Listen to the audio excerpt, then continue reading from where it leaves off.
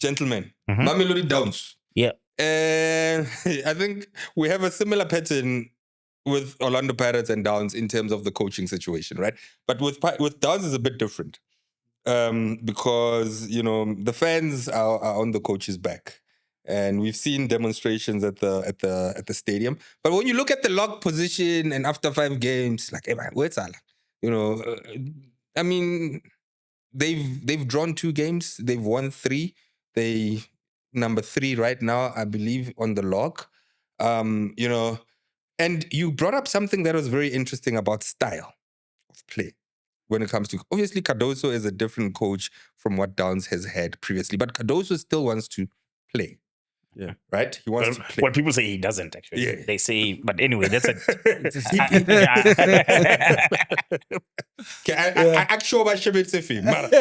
Cardoso wants to play. And if you look at Cardoso's, he got knocked out of another cup, which is a problem.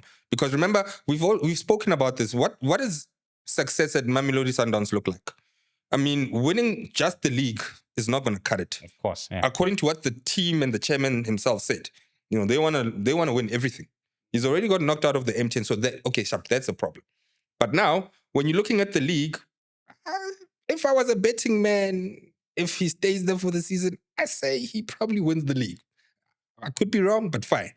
Right now, is the criticism fair? If you look also at his win percentage and we compare it to Rulani, I hate to do this, but sorry. He has a higher win percentage than what Rulani did when he was at Sundowns, right? So that's number 1. So is it maybe eye test something that the fans are not seeing according to how the team is playing? Is Sundowns less dominant when you're looking at the games? Maybe that's what the fans are seeing. Why are the fans crying for the coach's head after 5 games and the team still hasn't lost? I think it's unfair because, look, I think the reality is that Sundowns fans have just never accepted Coach Cardoso from the day he arrived. And it's because I think some fans have an attachment to Coach Rulani that clouds their judgment, right? I thought it was a bad decision to get rid of Rulani, by the way. I think he was onto something, and I think they should have given him more time, right? And I think a lot of fans have just never let go of that. So they're always waiting. They're just waiting. Any bad performance, any bad result.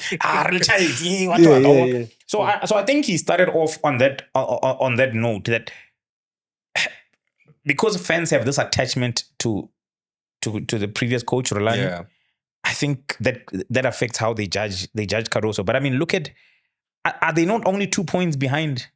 I mean, it's 5 games in. They're only they literally 1 draw versus Chiefs' 1 win. Exactly. Yeah, 2 points. They are well in the race. Yes, they lost against Pirates, but I mean, losing to Pirates in penalties, there's no shame in that. And the other thing that people have been focusing on is the style. And this way I want to ask you, right? So I've been trying to understand it's like king flop. What is everyone so unhappy about, right? And the argument seems to be, well, Sundowns has a way of play. Sure. Shoeshine and piano. And since Cardoso has arrived, he's done away with that, right? And I'll bring it to you because you've played for Sundowns, and maybe you can also tell us what is this shoeshine and piano, right? But what I've observed is that I don't agree that Sundowns have been negative. I think what's happening is that people want Sundowns to play exactly the way they played under Rulani. Because I've been looking at the stats. Sure. Almost every game that Sundowns plays under Cardoso, including in the Champions League, they've got more possession. Even when they play away in Africa. They go to any stadium anyway and they've got more possession. They still create chances. Yes, they don't look as entertaining as they did under Rulani, but I think coaches are different. I think whichever coach comes in, it's fair to say I personally prefer the way Rulani played. I enjoy that more. That's fine. Yeah. But I think now, just because he's not playing exactly like Rulani, people are going to keep criticizing him. And he can never be Rulani. He's a completely different coach. He's got his own style. So to bring it to you, what's this? How is Sundowns meant to play, by the way? When you were there, is there something that was drilled into you guys at the time, that shoeshine and piano? And what is it? Listen, I'm just gonna deal with the shoeshine and piano first. Yeah. I think that's the culture of the club. Yes. I mean, regardless if I've played for played for Sundowns myself, I think they've always been, Yeah. Brazilians. We need to keep the ball. We need to play this kind of football, and which they did around the 80s, Sure. early 90s, and they were great. It's just unfortunate that even with Rulan, even with Pito, they kept the ball very well. They were good on the ball. I'm not saying they're still good on the ball. It's unfortunate with this current coach. I'm just moving ahead with your question. It is unfortunate with this coach that he made few mistakes last season when he lost the Champions League final. Yeah, he didn't play the darling of Sundowns. Yeah, I didn't play him. And I think I kid you not, I think the argument started there. Yeah. Is he the right man for the club? Because look at no, wait. Yeah. Because what happened is that before the final, he needed Mshishi. Yes. And then Mshishi did well, even with those few minutes. And they qualified for the final. And even in the league, Mshishi showed him whenever he's introduced, he changed the game. The fans were happy, and I think by not playing in both home and away, and then playing someone who has not played, Mutibi, that's actually lingered around the fans. Yeah. What the hell is he doing? Yeah. How can you? And they lost the cup. So obviously, coming from that background, already people are like, we're waiting for the next one mistake. One mistake. You know what I mean? And then he goes and get a draw first game against Chipa. They're like, okay, now it's enough, because they didn't judge him only on the first. It's been building up. Exactly. And secondly is that I watched them against Amazulu. Yeah. At Loftus. They won, I think, 3-0. Yeah. They could have been down 4-0 in the first half, because they play a high line and they're very exposed. So suddenly, Rowan is making more saves, which before, not used to that. Yeah, he's not used to that. And then suddenly teams, they realize that actually we can beat this team.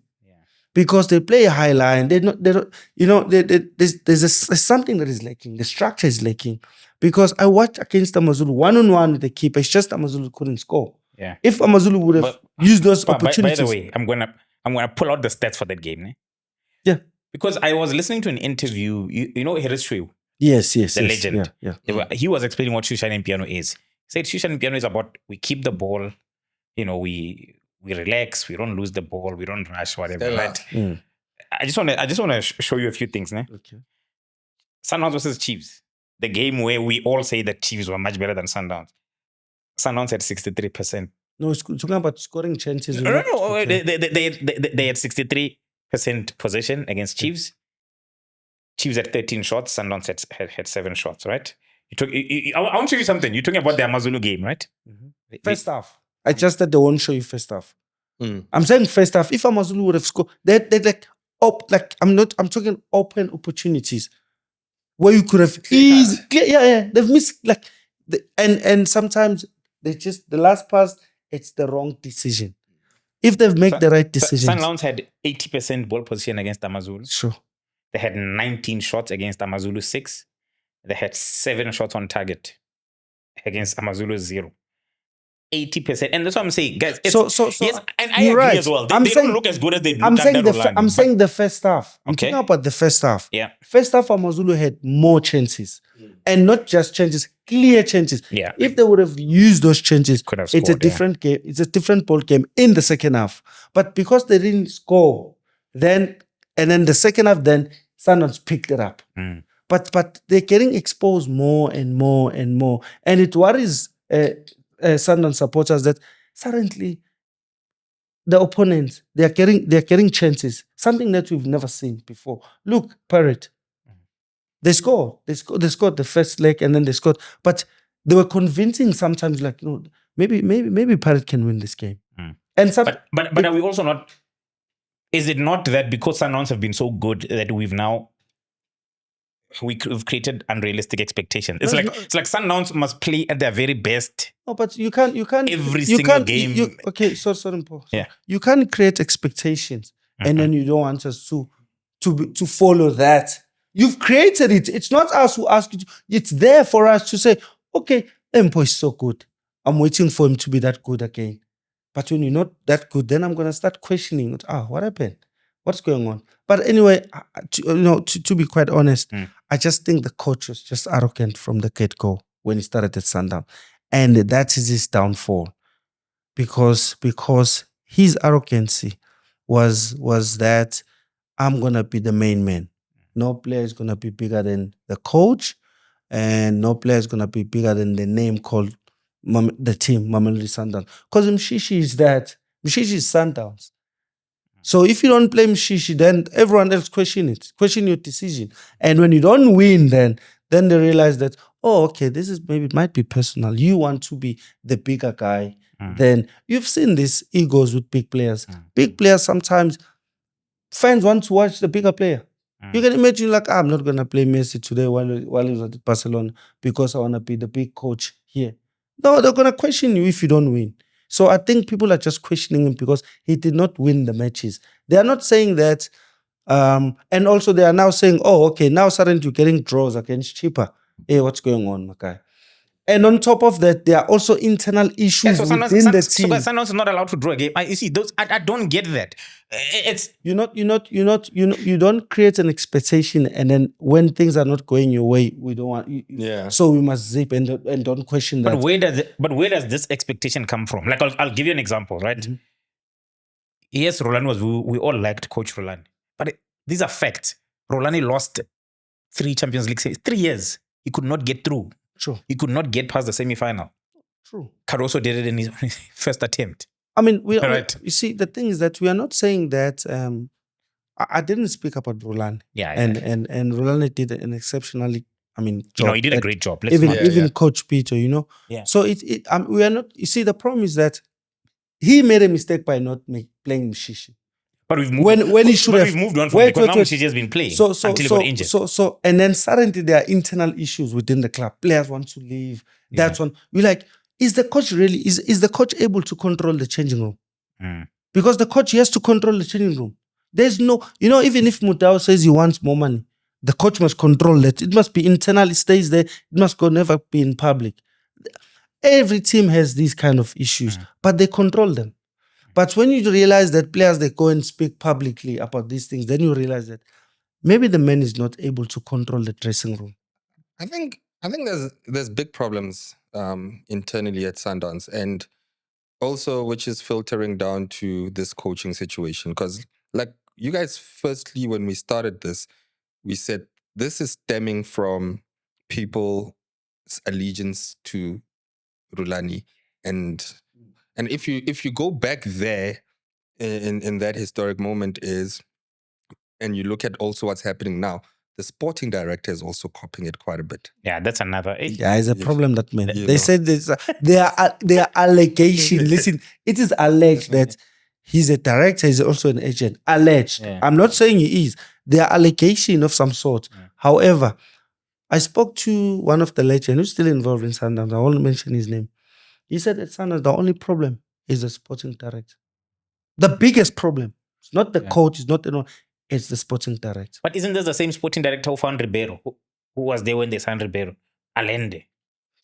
And that's what I'm saying. I just feel like people don't want to be objective. It does not mean that because you've done something good, you cannot do something bad. What is he doing bad? What is he doing bad? So this is what I'm hearing. Yeah? There are few players that were signed, and they must play. Even if they're underperforming, they must play. I guess Tashik never gets dropped, no matter what. Tashik Matthews, for example, he doesn't get dropped. Yeah, that's that. I'm trying to show you they must play regardless. And then Shalulele is not playing. And then no, it's okay. That one you don't have to play him, but someone else must play. There are rumors like that. So sometimes these things do happen. And unfortunately, some of us, we've got our reliable sources who will come and say, the problem is not. That's why there are people that will never promote it at Sundown in terms in the coaching. I mean, they've got great coaches within the development side, but they never. I mean, if I was a chairman at Sundowns, and then at that coach, which is Coach Steve. I wasn't gonna sign Steve. I would have promoted someone from the development to be the third coach, not Steve. Steve has been around. He can coach any club. He can be he can coach Amazulu, he can coach Stellies, he can coach Chiefs. He's been at Chiefs, he's been at Arrows. Why would you want him as a third coach? Go and find someone within the development. Put him in those structures so that 5 years later he can take over and be the head coach. But what about the fact that, I mean, if you look at the key players at Sundowns, you're talking Ronwen, Aubrey, Grant, Khuliso, Themba. If you look at those guys, and again, I'm just playing devil's advocate, right? These guys have had about 4 seasons where they've played, I don't know how many games every year, chasing the Champions League, winning the league, right? Going to the club. They barely had a preseason. They basically do not. They've carried the national team. They've qualifiers. Is it also maybe not possible that maybe the boys are a bit tired as well? and you must also understand, other teams, you can't. I mean, even if you look in Europe, teams usually have cycles. And other teams tend to catch up because, I mean, they've been dominating for so long. You can see Pirates improving, Chiefs improving. And is it really fair to expect them to, to always maintain, to never drop, have a few bad games? I think we also holding them to a standard that's unfair, almost impossible. No, but that's why sometimes coaches are fired. No, they are fired when teams drop.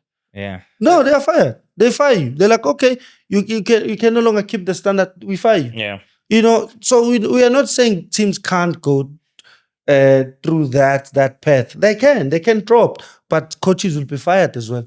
No one says I'm keeping you because we've won 10 leagues in the past 10 years. When you're not performing, okay, thank you. We need someone else who's gonna start a new project. No, true. I mean, and I think right now just nipping this Cardoso thing in the butt because there's only so much he can do, right? I saw his press conference when he was saying, so I'm the only coach who's not allowed to draw a game. He's got a point, by the way. So, I mean, but looking at it right now, it's going to be a very difficult time for him at Downs. I say, let's just say he stays and he only wins the league. That's going to be a problem. Right? So right now, he needs to win the Champions League. That's a given. That we accept. That one is a given. That one is a given. I think anything less. I think the fans, it will get too much at some point, the pressure, and we're gonna have problems, right? So I think maybe let's put it aside. Let's put the coaches. I think given we all agree, Sundowns needs to win the Champions League or we're going to have problems. That we agree. They have to win the Champions League. They must. Which is also, like we're saying it like it's actually not the easiest. It's hard to get there. It's hard. There are so many games that you have to play. But I think he must also be given a fair amount of time to win the Champions League. What's a fair amount of time like? I mean, he's only had one attempt and So this is the second attempt? Yeah. So if he fails to win the Champions League this season, what do you think happens? I think depending on, let's say, for example, he wins the league convincingly and maybe picks up another trophy on the way and he loses another Champions League final. It could stay. It could stay. Listen. Sundowns have created this. I always say, for me, it's something that it's bad for them. You don't win this and then they fire you. They've been doing this. And it's unfortunate that also qualifies also to him that you don't win something, you have to, because we've seen Coach Rulane, we've seen Mangoba, so therefore he must also, if he doesn't win, then he must leave. But funny enough, when Peter was about to be fired, when fans they were throwing things at him, say he must go, he won one match. 10 things around. He went and win one match. And everyone was waiting for this match. And then the next thing, he became the biggest coach in Africa. True. So that can happen for him as well. It can change everything. No, 100%. I think before we close it on Downs, there's 2 things. Number 1, Club World Cup, during the Club World Cup, I remember us talking about players who should start and who should not start. And it was quite unanimous from that team who was saying Saleh shouldn't start. Oof. We were wrong. Have you seen how he started the He's season, looking my good. boy? He's looking He good. is cooking. No, He is looking like probably from an attacking and again, sense. nearly blame a Fleming. No. Hey, No, Saleh. listen. You see, I'm one of the few. Yeah. Because I used to go and watch matches at Loftus. Yeah. One of the few. Every time he comes this up. So I will watch him without the ball. I'm like, this guy is always free. So he knows the pocket. He plays on pocket. It's amazing. It's just that in South Africa, they only judge you when you have the ball on your feet. They don't judge you how you create spaces, how you move away from defenders. Just so that you can receive the loan and then be able to. You must watch him without the ball. He's one of the brilliant guys who knows where to go, where to move without the ball. And I told a friend of mine, I said, this guy is great. But the problem is that they don't pass him at the right time. By the time they pass him the ball and the defender is closer to him. If they pass him early, because sometimes they like playing around. So by the time they pass him, and then maybe it's got a defender. But you accept Fleming got that one right. No, me, I like another him. one that Me, I've always liked him. For me, I've always liked him. Okay. That's one thing. I've always liked him. And I said, this guy is gonna be the face of Sundowns. If they continue playing him, he's gonna be the one that everything goes around him. So every tacticality, or even if they go to a match, they will want to say, okay, everything must go through him.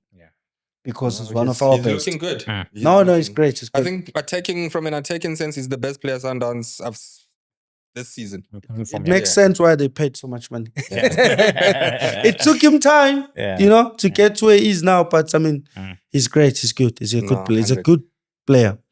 Ribeiro, is there a way back for him into this team? Because clearly this whole thing of his that he was trying is not going to happen. But I mean, big player.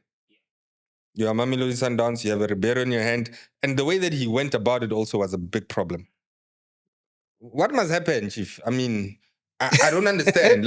So it's a rock and a hard place. On the legal perspective, on the legal side of things. Let's not look at it from a legal, right?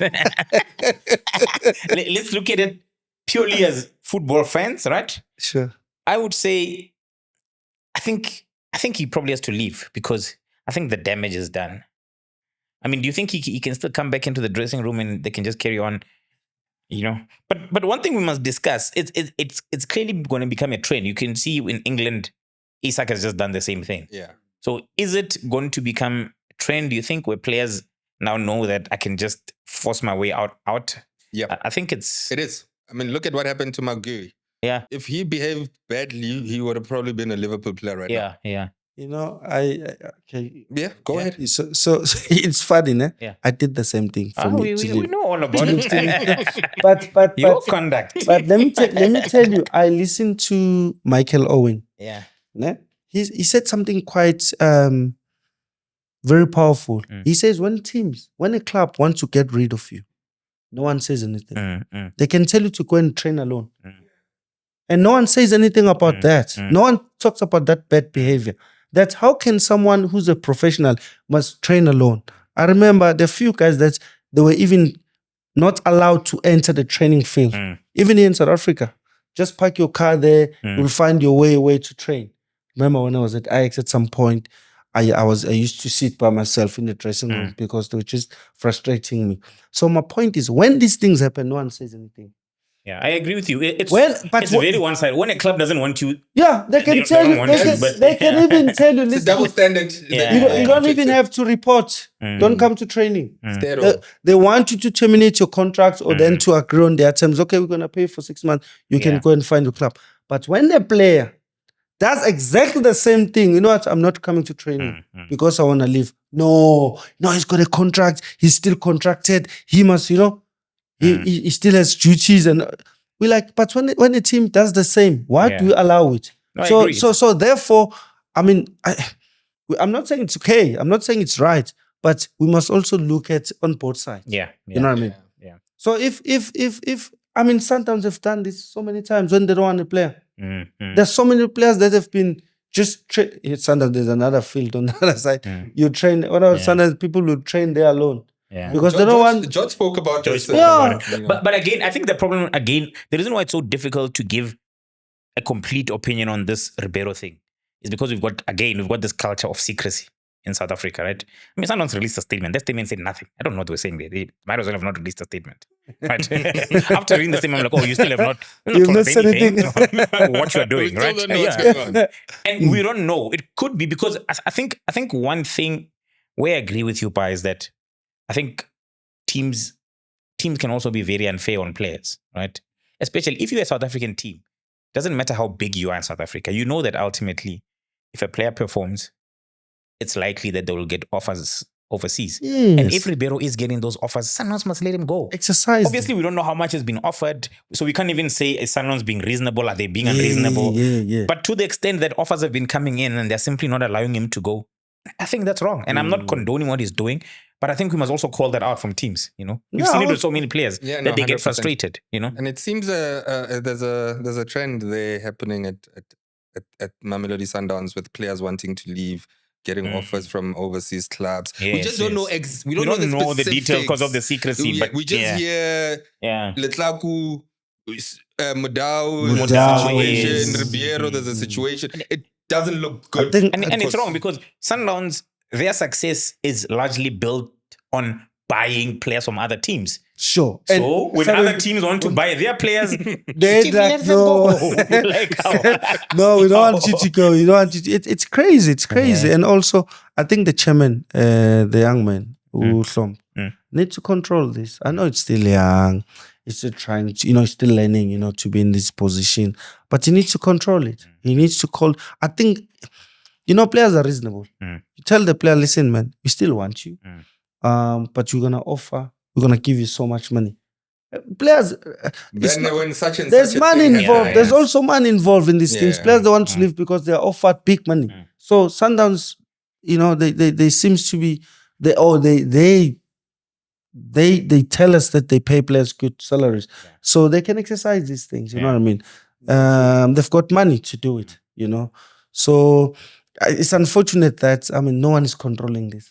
What I don't like is that they want to be the victim of this situation. No, he still has a contract with us, he must stay. But when you don't want the player, you just tell him, no, don't come to training, don't report. We don't want you anymore. Tico's story at Pirates. At some point, he was never allowed. He trains alone. Because the team didn't want him. And then when the player wants to leave because he's got an offer somewhere, no, he's wrong. He's got a contract with us. It's madness. It's a double standard and it's mad. Guys, I think one of the other things, Kayla, let's... Moving right along. Before we get into too much politics, Sure. Let's cut this. One of the teams is Sekhukhune. I think we mentioned Sekhukhune top 4 in the previous episode. And already you can see that they're doing well. Where do we see Sekhukhune? And what is it that they're doing so right that the other teams within their bracket financially, are not doing? So I think when was it the first episode or the second episode when we did predictions? It was the second, And we said, I think we agreed that we think they'll come third, and I think they're still looking like it will happen, right? But I think what they've done, they've invested well, because you can sign as many players as you want, but are you signing the right players at the right time? And I think they've signed good players, they've got good experience, and I think they've also appointed a very good coach. Eric has been around. He knows his way around this league. So yeah, I think they've done very well in the transfer market. They've appointed a good coach, and it's looking good. I think they can still get their top 3 finish end of the season. So if we say top 4, has it changed? I remember we said Downs, Pirates, Sekhukhune, in 3rd and 4th, debatable. I'll add Chiefs in the top 4 now. After the past game. The past 5 games. Sekhukhune is probably 3rd. Chiefs is somewhere in there in the top 4. Stellies are missing out. Stellies. Yeah. It's tricky, eh? This season is very tricky. But it's a good problem to have. So I think it's an exciting season. Yeah. So over and above, gentlemen, anything else? I have one thing I want to talk about between you two guys. Anything else that's happened in this season so far that you wanted to shine a final words, word of the day type of vibe? For me, I mean, I've watched two teams. I've watched everyone else, but I mean, you've spoken about the top 4 or 5. Yeah. But I wouldn't write off Amazulu. They've been exceptional. They've been benevolent. That's my word of the day. They've been benevolent. Listen, they've been great. Yeah. You see, the problem with Amazulu is that the games that are supposed to win, they get a draw. Yeah, yeah. And they lead until the last minute and then they get a draw. If they can change that, I've watched Amazulu twice now. I'm like, wow. There's a young white boy there, Ellen. Oh, he's been exceptional. It's been great, man. The defense has been good. But I mean, every time I watch this young man, I'm like, there's a player there. Yeah. There's a player there. And he won one of the men of the match at some point. But Amazulu, they've been good, man. They just don't score goals. But within the top 5, together with TX Galaxy, who's gonna compete. But I'm gonna bet on them being in the top 5. Okay, that's a bold one. Yeah, for me, I think special mention to the friend of the channel, Gavin Hunt. Yeah. I think Durban City will have a solid season. They've started well enough. And I think with his experience, he also knows his way around the league. I think Durban City can look. They don't want to challenge for the league or anything. They just don't have enough quality. But I think they can surprise people, and I think they will have a solid season. So if there's a team to mention outside the potential top 5, I would mention Durban City. Top 8 probably, maybe. Top 8.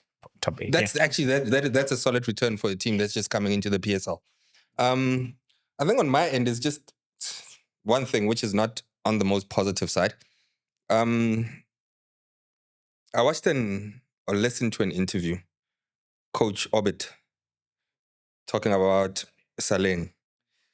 And I didn't know, in Europe, sometimes you have your Mourinhos. Sometimes they'll say things to the media to get a reaction from a player and stuff like that. But with that one, I don't understand, firstly, what the coach was trying to achieve with that. Because, I mean, we've seen Saleng, his problems have been documented with Pirates. And I think some of those problems are of a psychological nature type of thing.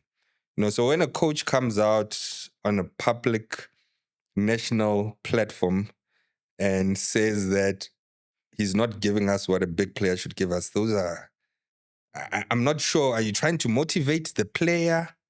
Are you trying to get a reaction? And if the player's problems are mostly psychological and mental, maybe isn't this the time to maybe put your arm around a player like that? Because you saw even on the Giants, on that documentary that Pirates has, when the coach is like, Saleng, are you okay? He's like, no, I'm not okay. So clearly he's going through something where he needs a bit of support. Sure. So now we have people talking about him and looking at him like he's a big player, but he's not contributing in a small team. So it's just something that I saw which was a bit disturbing. And I thought to myself, as a coach, when you're saying things in the media, especially about your players, it must be with the aim to achieve something. Sure. And I don't see what that achieves besides throwing a player under the bus. So, I think it could have been handled better. Unless maybe he wants to motivate him, like you said, we don't know. But for me, that's just. No. I mean, let's think about it, right? At some point, Saleng was one of the best players in the country, sure. Right? Scoring goals, winning trophies with Pirates. Since the Bafana, he's pushing for a place to even start for Bafana at some point, right? Sure. Then he has his issues. He basically misses almost a season. And then he gets loaned out to the newly promoted team in the league, right? Probably the favorites to get relegated. He's human. He's not going to be okay immediately. It just me. I never expected Saleng to get to orbit and suddenly, become a top player again. I think it's going to take time. And I think those kind of comments, I think they were unfortunate because I don't think it helps the player who clearly, I mean, we don't know the full. So again, the secrecy thing. We still don't know what happened between him and the Pirates. But he clearly needs support right now. He clearly needs a coach to put their arm around him and just and help him get back that confidence. I don't know what you think. No, because I mean, you've said it yourself. We know what he can Quality. give. Yeah. No, and when we understand that the player is going through psychological issues, therefore it's not that he can't give you that. We just need to sort out his psychological issues, whatever that he's dealing with outside of football. You need to be assisted. Like you've said, it is an unfortunate that the coach came out in public and said something without even elaborating what he's trying to say. Therefore, we can have our have our own interpretation. Now the whole country's talking about him, which is not helping. We're not helping again. Yeah, we can have our own. And maybe the coach did not even He didn't mean it in a bad how way. we articulated it. Now then we're like, bro, you should have maybe elaborated and said, no. I've said to the player, I've told him, I said, listen, I know what you can do for the team. I want more from you, and I know you're capable of giving me more. It could have been, but unfortunate that he didn't give us a full story about this whole thing. But listen, man, these are human beings. Yeah. I think Saleng is one of the few players that have gone through some difficult challenges. Especially while he was at Pirates, not playing, being excluded, and we thought that this is a player that's gonna take Bafana to another level, and then suddenly all those dreams are gone. So I mean, it can't be easy, man. Yeah, it's not easy. It's challenging. It's challenging. Anyway, I think prayers to him. I hope. All the best, man. All the best. Gets the support that he needs. More than anything. But I think, guys, it's been a great chat. Thank you very much, man. We appreciate it. I mean, friend of the show, you're always supporting, even when you're not on the show. So we appreciate it. Looking forward to probably doing a lot more with you, whenever you're available to assist, coming through, giving us your insight. And other than that, guys, I think it's been another great edition, a great episode, great conversations. Guys, Bulandi Pelo Joe. Like, subscribe, share. Guys, we get so many views, ne? We get so many views. But I don't understand how the views and the subscribers are not matching. Now we're doing 70,000 views, but subscribers 6,000. I don't get that. So please, Bulandi Pelo, subscribe. Let's grow the channel. Let's grow together. Over and above that, it's been a wrap. Thank you very much. See you on the next edition of The State of Football. One time.